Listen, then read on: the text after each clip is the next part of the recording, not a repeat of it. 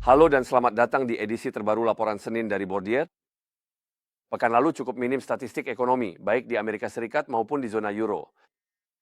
Sebaliknya, kami mendapatkan statistik penting yang dipublikasikan di Tiongkok, dan sayangnya data-data tersebut cenderung mengecewakan kecuali ekspor.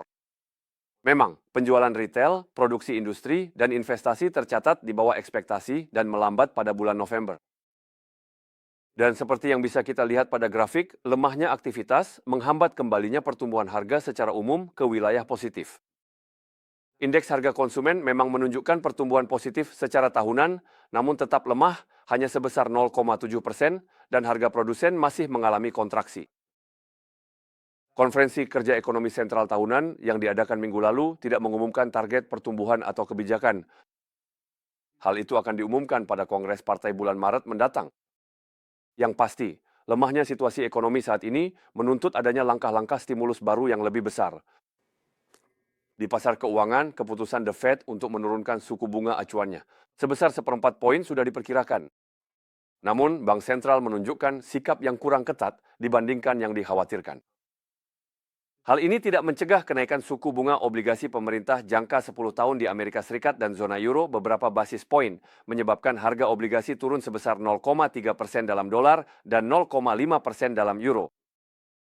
Nada kebijakan The Fed yang lebih akomodatif menyebabkan indeks dolar turun sebesar 0,6%, sehingga memungkinkan dolar menguat hampir sebesar itu, 2%.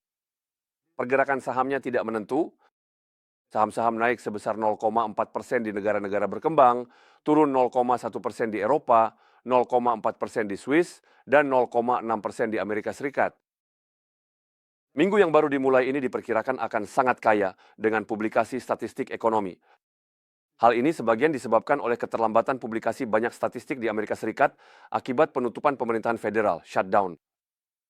Dengan demikian, di Amerika Serikat kita akan mendapatkan cukup banyak informasi mengenai kesehatan sektor properti, termasuk kepercayaan para pengembang, pembangunan baru, dan izin mendirikan bangunan dari bulan-bulan sebelumnya.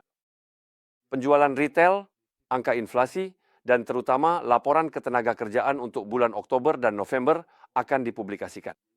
Begitu juga dengan tingkat kepercayaan para manajer pembelian di sektor manufaktur dan jasa. Di zona euro, kita juga akan mendapatkan data PMI manufaktur dan jasa, begitu juga dengan produksi industri dan tingkat kepercayaan konsumen. Akhirnya, Bank Sentral Eropa diperkirakan akan mempertahankan suku bunga acuannya tetap pada pertemuan terakhir tahun ini. Bank of England dan Bank of Japan juga akan mengadakan pertemuan. Di sektor saham, kami menambahkan Societe Richemont ke dalam portofolio kami.